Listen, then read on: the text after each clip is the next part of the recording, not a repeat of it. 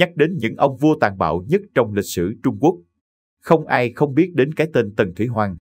Thế nhưng, bên cạnh danh xưng là hoàng đế máu lạnh bậc nhất, ông cũng đồng thời được biết đến là con người toàn tài và có tầm ảnh hưởng nhất trong lịch sử Trung Hoa, với công trạng lật đổ 6 nước chư hầu và thống nhất toàn vẹn Giang Sơn, mở ra kỷ nguyên phát triển hùng mạnh cho Trung Quốc sau này. Cho đến ngày nay, hơn 2.000 năm đã trôi qua, song tiếng tăm của ông lẫn những công trình được dựng xây dưới thời gian Tần Thủy Hoàng trị vì vẫn hút được sự quan tâm đông đảo của giới khảo cổ và người yêu sử. Vậy Tần Thủy Hoàng là ai? Có những công trạng gì? Tầm ảnh hưởng như thế nào? Chúng ta hãy cùng tìm hiểu cụ thể hơn trong bài viết sau đây nhé. Mục Tần Thủy Hoàng là ai? 1.1 Tiểu sử, gia thế của Tần Thủy Hoàng. Tần Thủy Hoàng tên thật là Doanh Chính, sinh ngày 18 tháng 2 năm 259 trước công nguyên và mất vào ngày 10 tháng 9 năm 210 trước công nguyên, hay còn được gọi là Tần Thủy Tổ Võ Hoàng đế. Tên húy là Chính, tính Doanh, thị Triệu hoặc Tần, là vị vua thứ 31 của nước Tần, đồng thời là hoàng đế đầu tiên thống nhất Trung Hoa.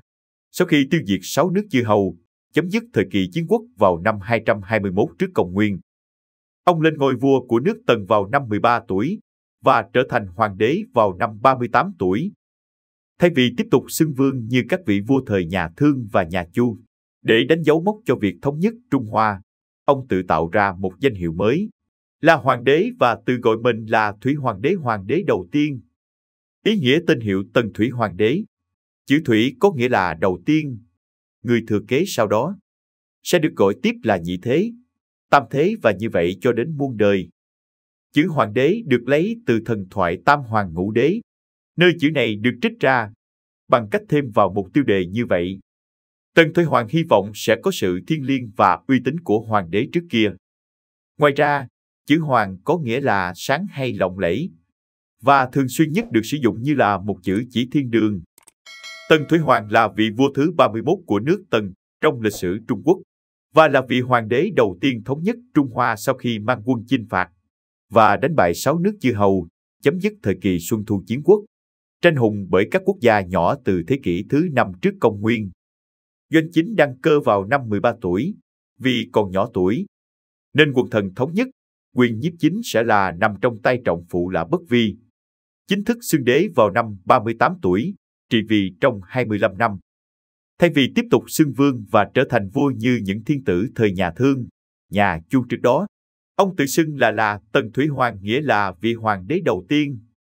Ông còn quy định những đời con cháu sau này sẽ được theo thứ tự và gắn liền với danh xưng hoàng đế.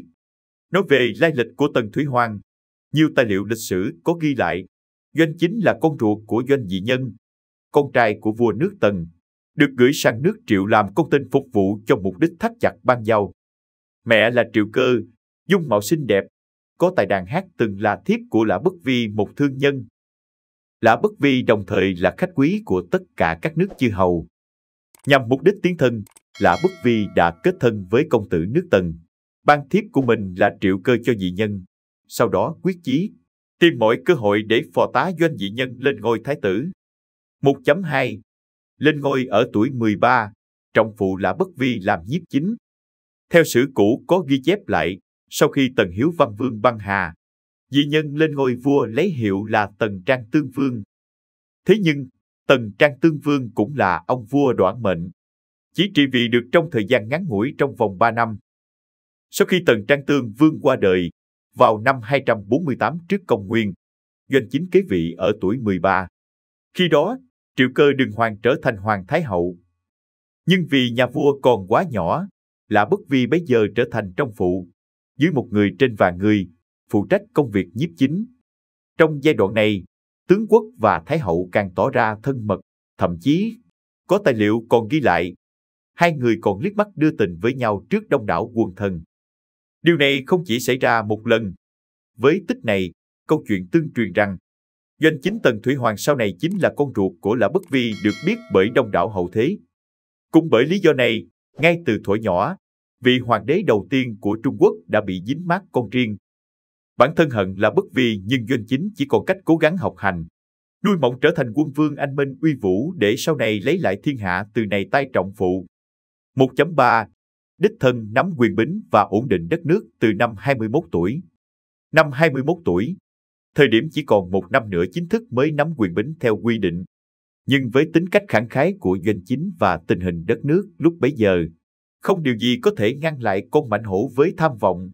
Thâu tóm quyền lực bấy lâu đã bị đè nén dưới trướng của Thái hậu và Lã Bất Vi. Ngay trong năm đó, Doanh Chính đã phát động cuộc chiến, tiêu diệt nghịch phản làm loạn và hạ lệnh giam Thái hậu. Chính điều này làm quần thân và trọng phụ Lã Bất Vi phải bất ngờ nhưng cũng không dám trái lời. Những quần thần ra sức khuyên can ông đều bị ném vào vạc dầu sôi và phơi xác trên thành Hàm Dương. Bằng tài năng thao lược của mình, từ năm 237 trước công nguyên, năm thứ hai nắm trong tay mọi quyền lực, Doanh Chính từ từ ổn định đất nước. Việc đầu tiên chính là loại trừ cái gai trong mắt bao lâu nay là Lã Bất Vi. Doanh Chính đuổi trọng phụ khỏi triều đình, bãi bỏ chức tước rồi đuổi đến Lạc Dương. Vẫn chưa thỏa. 2 năm sau, ông cho người đến ban thánh chỉ cho thương nhân họ Lã đi đày ở Tứ Xuyên. Hiểu được tình thế, Lã Bất Vi tự tử. Biết được tình hình, Tần Thủy Hoàng cho tịch thu toàn bộ tài sản và diệt trừ vây cánh của y. Sau khi Lã Bất Vi chết, Tần Thủy Hoàng bắt đầu đi vào củng cố Giang Sơn. 2. Tần Thủy Hoàng thống nhất thiên hạ. Từ thời điểm có Lã Bất Vi nhiếp chính, Tần đã là nước hùng mạnh. Chính bước đệm này càng làm cho khao khát thôn tính các nước chư hầu để thống nhất Giang Sơn cũng trở nên mạnh mẽ trong Tần Thủy Hoàng. Trong thời điểm diệt trừ xong Lã Bất Vi, triều thần liên tục dâng tấu thư, mưu lược khuyên Doanh Chính thống nhất thiên hạ. Là người trọng hiền tài, Doanh Chính mở cửa chiêu dụ nhân tài. Chẳng mấy khi thành Hàm Dương thành địa chỉ hội tụ người hiền tài. Ông bắt đầu kế hoạch thôn tính các nước lân cận. Mũi nhọn đầu tiên là tiến quân sang nước Hàn, quốc gia gần nhất và cũng là yếu nhất.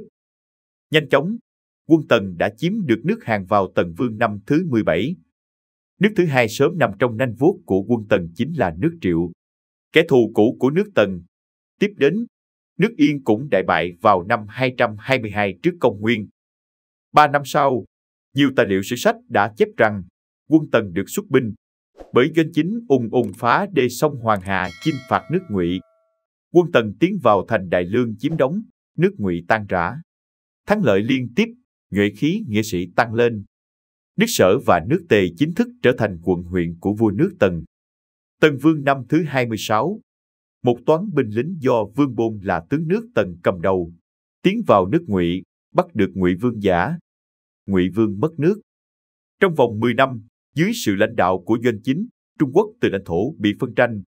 Các cứ bởi nhiều quốc gia khác nhau trong vòng mấy trăm năm nay đã thu về một mối. Năm 221 trước công nguyên, Doanh Chính tự chọn 2 chữ hoàng đế trong Tam Hoàng Ngũ Đế để đặt cho mình để khẳng định rằng bản thân đã vượt qua mọi thành tựu của những vị vua khác trong thiên hạ. Ông lựa chọn thêm một chữ thủy đặt trước tôn hiệu để nhấn mạnh mình là vị hoàng đế thứ nhất, con cháu về sau sẽ truyền đến vạn đời. Từ đó, có tên gọi Tần Thủy Hoàng hay Thủy Hoàng đế. 3. Một số chính sách cai trị dưới thời Tần Thủy Hoàng. Sau khi bình định được đất nước, Tần Thủy Hoàng tập trung vào trấn áp các thế lực thù địch là nhiệm vụ quan trọng nhất. Trong quá trình thống nhất Trung Nguyên, một bộ tộc có tên Hung Nô ở phía Bắc đánh vào nội địa.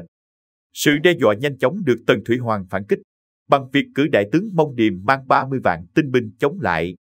Dù dẹp tan được cuộc tấn công lần một, song Hung Nô là bộ tộc mạnh.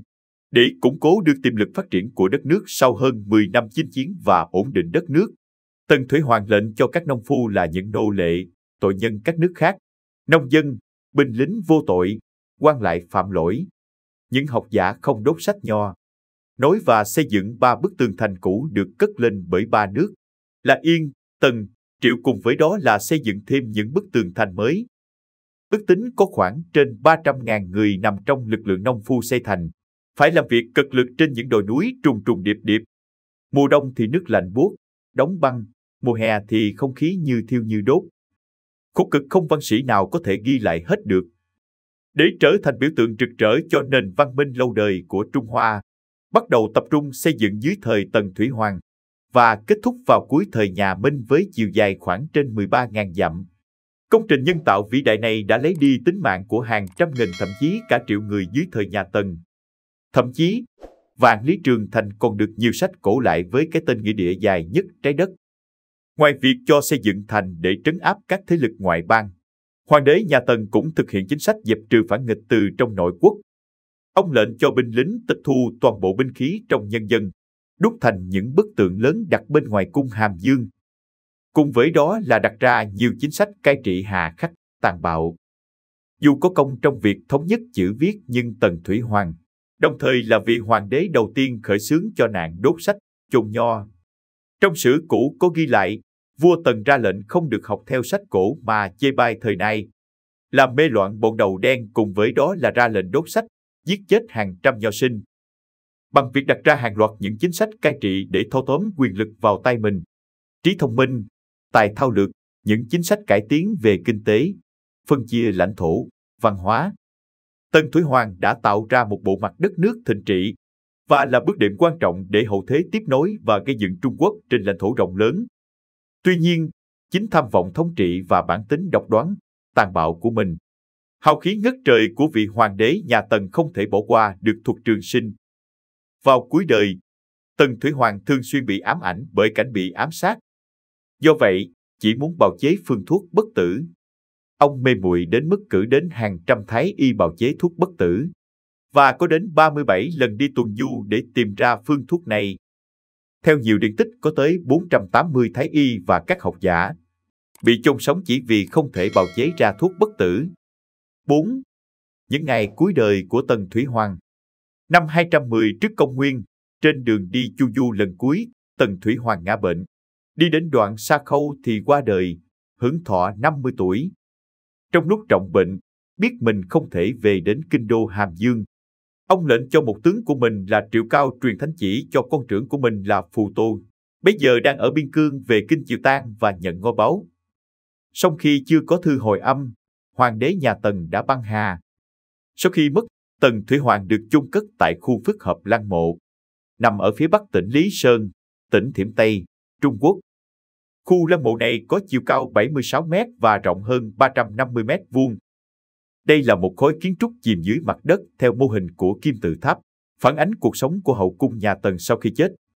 Theo nhiều tài liệu, khoảng hơn 700.000 người là những nghệ nhân, nông phu đã bị thiệt mạng trong quá trình xây dựng khu lăng mộ kéo dài trong 38 năm này. Phần lớn, họ bị vùi xác và chôn sống sau khi tòa lâu đài cho vua Tần trị vì thế giới bên kia hoàn thiện, vì nhiều lo sợ những người này sẽ tiết lộ bí mật về khu lăng mộ. Với kết cấu phức tạp, điệu nghệ, hiện nay, khu lăng mộ Tần Thủy Hoàng đang nằm trong top 8 kỳ quan thế giới hút được quan tâm đông đảo của giới yêu khảo cổ.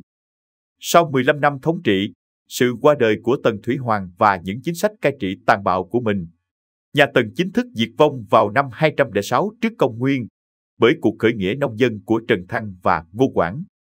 Trên đây là một số thông tin nổi bật kiến giải giúp bạn về tiểu sử, cuộc đời của vị hoàng đế đầu tiên thống nhất Trung Quốc Tần Thủy Hoàng. Dù thời gian tại ngôi chỉ 15 năm, thế nhưng với những công trạng của mình, Tần Thủy Hoàng mãi được lưu danh hậu thế với tư cách vị hoàng đế thông minh, mưu lược và tàn bạo nhất trong lịch sử Trung Quốc. Mong rằng những thông tin này thực sự thú vị cho bạn và bồi đắp thêm cho bạn thêm tình yêu với bộ môn lịch sử nhé.